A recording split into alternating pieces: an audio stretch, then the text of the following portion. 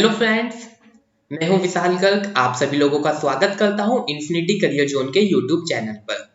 दोस्तों, ये हमने स्पेशल क्वेश्चंस की एक सीरीज बना रखी है आप लोगों के लिए। तो टाइम, डिस्टेंस एंड स्पीड के कुछ स्पेशल क्वेश्चंस हम आप लोगों के साथ डिस्कस कर रहे हैं।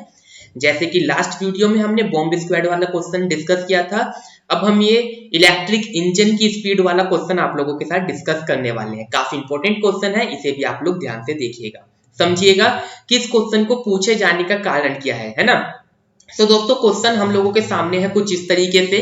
Speed of an electric engine without any coach is 40 kilometre per hour.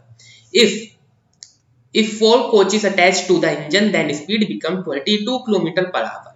If decrement in the speed is directly proportional to the square root of the number of coach, then find number of maximum coach which can be pulled by the engine.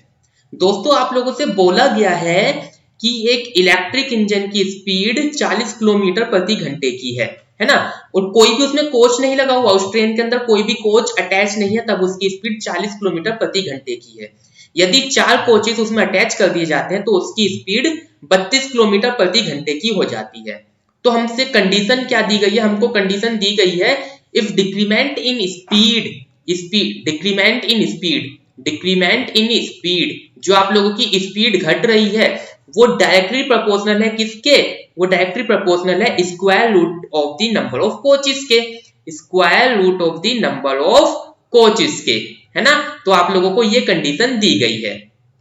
आप लोगों से पूछा क्या गया दोस्तों? आप लोगों से क्वेश्चन पूछा जाता है कि आप लोग मैक्सिमम नंबर ऑफ कोचेस बताइए जो इंजन खींच सकता है। ठीक है, आप लोगों से पूछा जाता है मैक्सिमम नंबर ऑफ कोचेस बताइए जो इंजन खींच सकता है। ठीक है, तो दोस्तों देखिए इस वाले क्वेश्चन को कैसे किया जाता है। बिल्कुल सिंपल सा क्वेश्चन है दोस्तों। इसमें जैसा बॉम्ब स्क्वाड वाला काफी डिफिकल्ट क्वेश्चन लगता था लेकिन था नहीं, उसी तरह गाइस ये देखने में थोड़ा डिफिकल्ट लगता है लेकिन बिल्कुल सिंपल क्वेश्चन है। ठीक है, देखिए दोस्तों यहाँ पर हम लोगों को बोला क्या गया, कंडीशन क्या दी गई है, जो आप लोगों की स्पीड जो डिक्रीमेंट हो रही है, decrement speed is directly proportional to the square root of the number of coaches. देखिए आप लोगों से बोला गया है स्टार्टिंग में जो बिना किसी कोच के हम लोगों की स्पीड है वो कितनी है? 40 किलोमीटर पर आवर है। यदि आप लोग 4 कोचेस लगा देते हैं तो आपकी स्पीड 32 किलोमीटर प्रति घंटे हो जाती है। मतलब 40 से हो गई 32, कितने कम हुए? 8। मतलब कि जो डिक्रीमेंट इन स्पीड है वो कितना हो गया? 8 किलोमीटर प्रति घंटे हो गया। ये किसके डायरेक्टली प्रोपोर्शनल होगा? Square root of the number of coaches. कितने कोचेस लगाए आप लोगों ने? 4 कोचेस लगाए। तो यहां से गाइस मैंने डायरेक्टली प्रोपोर्शनल का साइन हटाता हूं तो आप लोगों को के कांस्टेंट मिल जाता है, के कांस्टेंट मिल जाता है। ठीक है, तो गाइस इस के कांस्टेंट की वैल्यू कितनी हो जाएगी? 8 इज इक्वल टू के अंडर रूट 4 की वैल्यू कितनी होगी? 2, 2 4 जा 8। तो गाइस के की वैल्यू हम लोगों को कितनी मिल गई? के की वैल्यू हम लोगों को मिल गई 4। ठीक है, अब देखिए दोस्तों, अब गाइस समझिए कि आप लोगों को बोला गया है कि मैक्सिमम नंबर ऑफ कोचेस बताइए जो इंजन खींच सकता है। ठीक है, तो वो निकालना थोड़ा टिपिकल होगा। तो हम लोग क्या करेंगे, हम लोग कहेंगे कि जो हमारी स्पीड इनिशियल में कितनी थी बिना किसी कोच के? 40 किलोमीटर प्रति घंटे थी।